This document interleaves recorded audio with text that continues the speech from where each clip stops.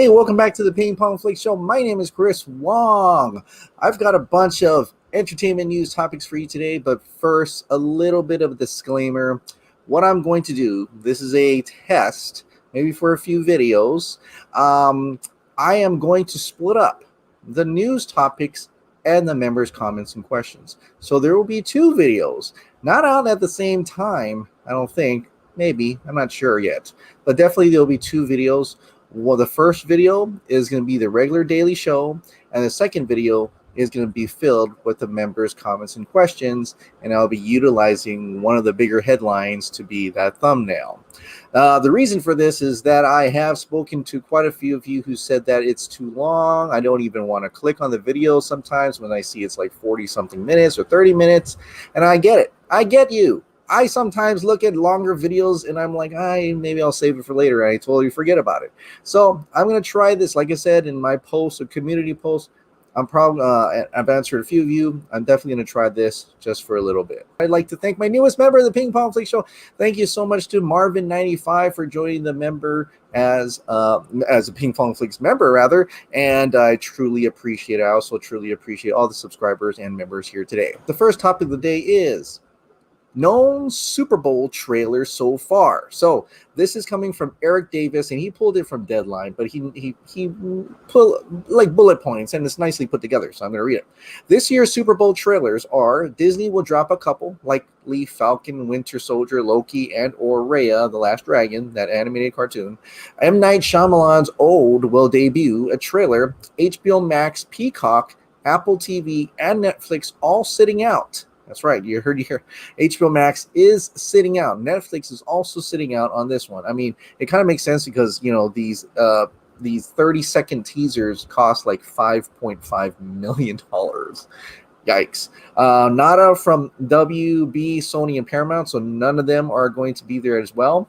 Amazon will drop something for Coming to America. Hulu will have a promo too. According to this piece, Black Widow plans still in flux. Article says it could shift dates again, but there will reportedly not be a Disney Plus announcement for Black Widow during the big game.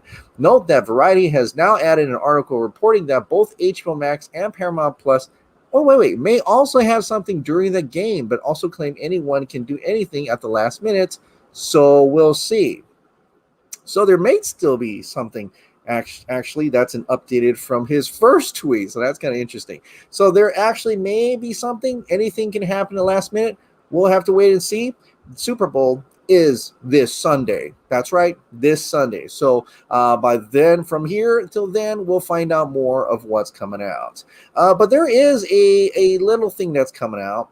I remember I wanted to try this view out.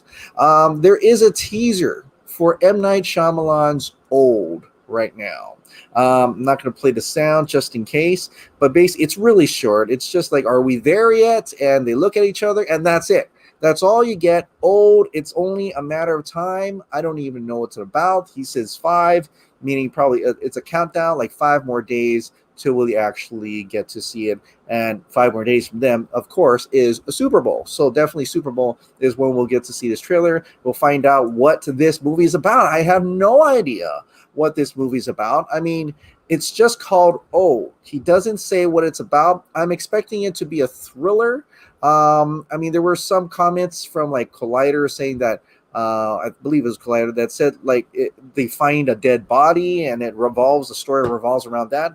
Of course, it's M. Night Shyamalan, so you know it's gonna be creepy, especially this new Shyamalan age, right? Like he was always great at his stuff, but then as he got into the bigger things or tried to get into bigger things like Airbender and stuff like that, even though it kind of was still a little bit entertaining, but definitely he's coming back and he's going down and smaller productions and stuff like that, but getting to the actual thriller elements that he is very well known for. And I can't wait. I can't wait to see what this one is all about. All right. The next topic of the day is Obi Wan Kenobi is pushed back. So there's as you know, they had Disney had that whole thing.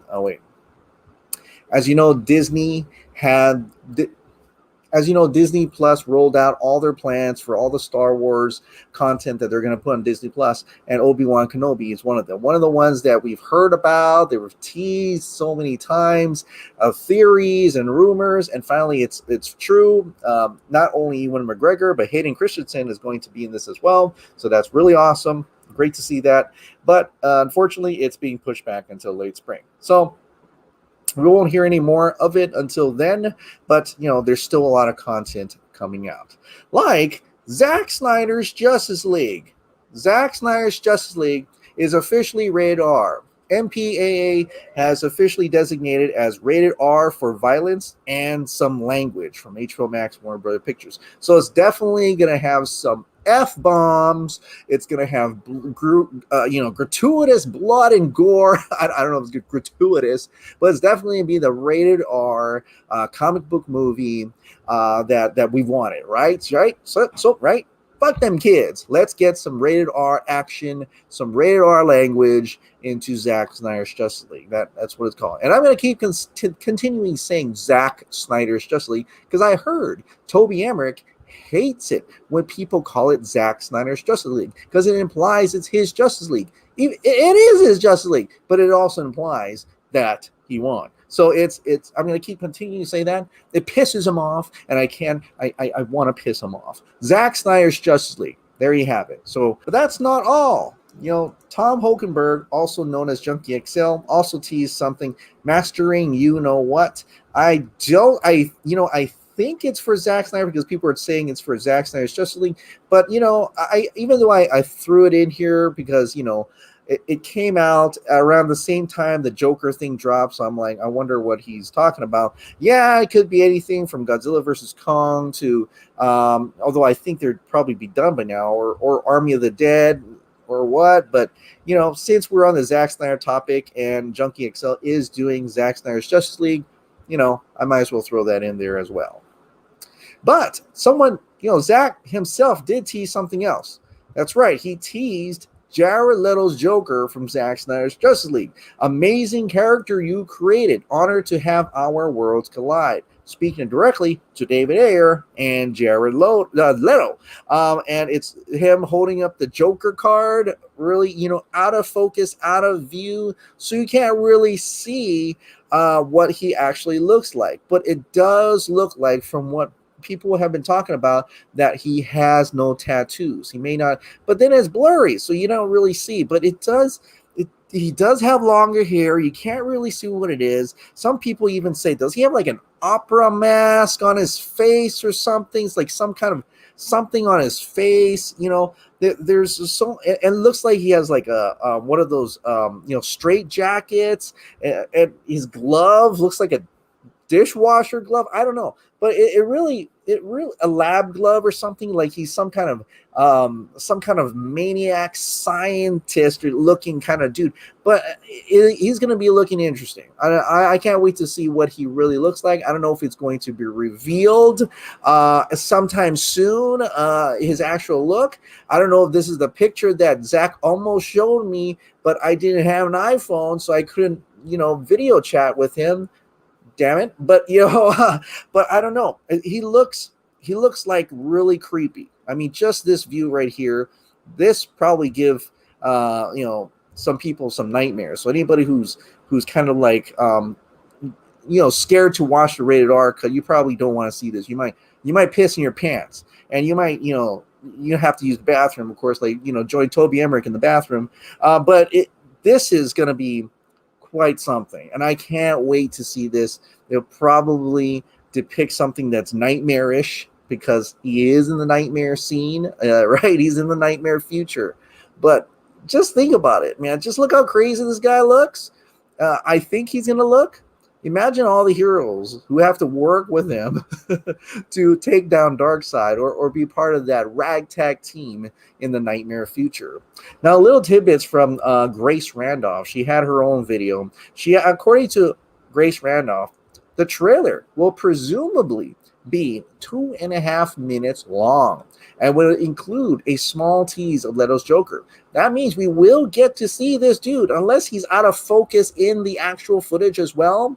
That could be, maybe he's like that too. But hey, it might be clear really quick, just like his initial tease in the Comic-Con Suicide Squad teaser. Remember where he comes into view and says, "I'm gonna hurt you. I'm gonna hurt you."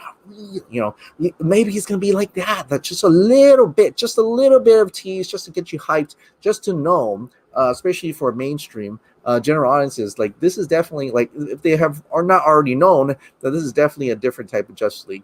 It's something special, and something that only brave souls who can handle R-rated content should check it out. So that is awesome. Another thing, this came up, Ohio Dave Avery. Of course, he knows a lot of things from Zack Snyder's Justice League because talks to Zack Snyder. He says this in a response to this comment here. The Knightmare has only just begun. We have Batman, Joker, Flash, Deathstroke, just missing 3 more. Now we know Cyborg's in there.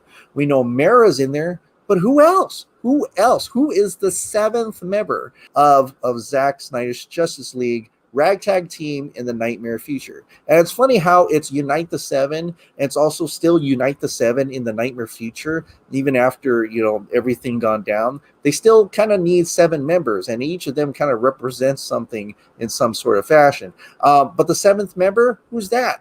I'm just gonna guess. I have no clue. I have no idea. It could be anybody.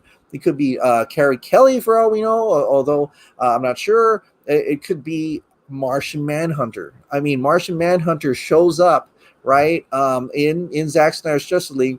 You're probably expecting that he'll probably show up in Justice League 2 quite a bit. I would suspect, and he should be the one representing the Martians. Or is it Green Lantern? Is the 7th member Green Lantern? I don't know, but definitely there's a 7th member. There's 7 members altogether, I would think. Is this what's being implied here? And I think that's kind of poetic, a sense, and it works with the story, the context of the story, how they failed. The first 7 won, but failed against Darkseid, and then Nightmare future, a new 7 have to come up to fight Darkseid and his minions, including evil Superman. So I thought that was kind of that's a really poetic, I love that, and I hope we get to see that. I think we will, because Zack Snyder's Justice League is going to be 150% successful. Right? You're with me, right? It's definitely going to be successful. Now, the cool thing about that Joker pick is that it actually reignited a little bit of drive in David Ayer. David Ayer responded to this, said, "You set the tone for creativity and freedom. Thank you." And he appreciates, and he clearly showing here that Zack Snyder has given him that opportunity for creative freedom, something that the producers, the execs over at Warner Brothers, who handled David Ayer's Suicide Squad, did not give him. And, not completely, but a lot of it was changed. In fact, David Ayer went to Instagram and actually posted a post from Liz Wonder, who said that, "I want David Ayer movies vision. I want HBO Max, Warner Media, AT&T to release the Ayer cut. It is important DC fans. We want the true Suicide Squad." So he felt that he should share that as well. Also having that energy and drive. Yes, let's release the Ayer cut of Suicide Squad. Also, in regards to the Ayer cut, the @Cut Ayer says, "Looking at the body language, is this the place Deadshot and Harley hook up?" And David Ayer says it was the stairwell scene. So remember that scene in the movie where Harley Quinn looks down the stairways, and it reminded her of Joker and her, jumping down into the vat. Well, apparently that's the exact moment, probably after that flashback, that, they get it on. Yeah, Deadshot and Harley kind of hook up. I don't know how, making out. Do they actually do it? I don't know if they have enough time. Do they have time? I think they just made out. But definitely they hooked up in that sense. They got romantically involved.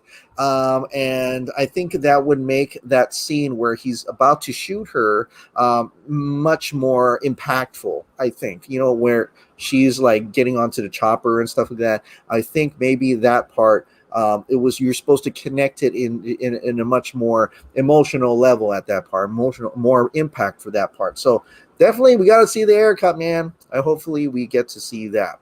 But what is this? Is there another cut that we want to see as well? Apparently, Birds of Prey, Cathy Yan talks about not having 100% control over film. Oh, yeah, and guess who retweeted this? David Ayer. David Ayer liked this tweet, this article, and retweeted it as well. I'm going to read to you some of the things that Cathy Yan has said about Birds of Prey. She said this: it was definitely challenging. Dead Pigs, her first film, was such a singular, pure vision version of myself. And I think when you're dealing with a budget like Birds of Prey had and the sort of pressures of a studio, especially a studio that is undergoing a lot of change, inevitably you end up having to compromise and fight for stuff.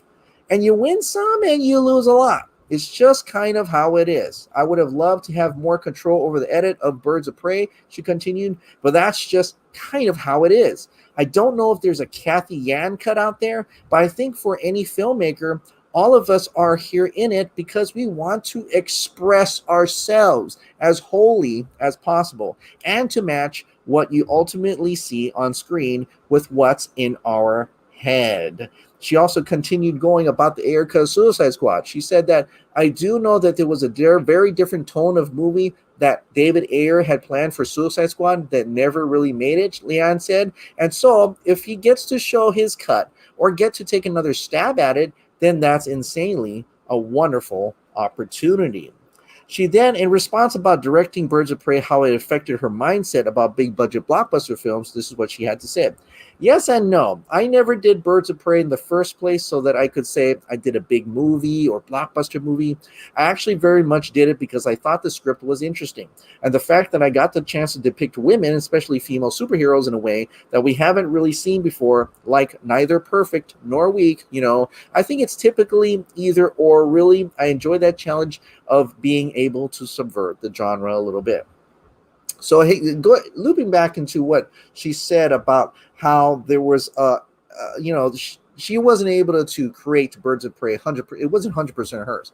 It's kind of compromised, kind of stuff that happened to David Ayer, even Zack Snyder. Zack Snyder's was like completely compromised. But Cathy Yan now, she doesn't know if there's a Cathy Yan cut out there, and it sounds like she's kind of insinuating, she's kind of hinting that she would like that version to come out in this new world of people, director's cuts. It's been happening a lot, but like true visions, not uncompromised versions of things, right? Now, this kind of thing isn't happening forever, like studio pressures and changes. Happens all the time. It happens more often than we love to know about. But in the case of this, I kind of want to see that. I'm trying to picture what that would have been like. I would imagine that I think the reason why they brought in some of the stunt team from John Wick, I think it was because to ramp up the action, because maybe that wasn't that good in this movie. But is the storytelling and everything, is it the way that she envisioned the story to come out, would that have been better? I'm kind of intrigued to see what that was about, and in a way, if some sort of fashion, I don't know how, we could definitely see what Cathy Yan, 100% version of Cathy Yan, what would that have been like? Would we have liked it better? Would you have liked it less? That's a good question. Only way to find out is to actually watch it. So I don't know if that's going to happen, but we'll see. In the future, in this modern era of release the something cut, we can definitely shoot for Cathy Yan. Might as well. David Ayer seems to want it. All right. Well, that is it for today's show. As the next video will be all members' comments and questions. So thank you so much for watching. Like I said, if you absolutely love this daily dose of entertainment, news, and content, please click the like button, hit that subscribe button, ring that notification bell, keep this hot dog light on, and I'll see you next time.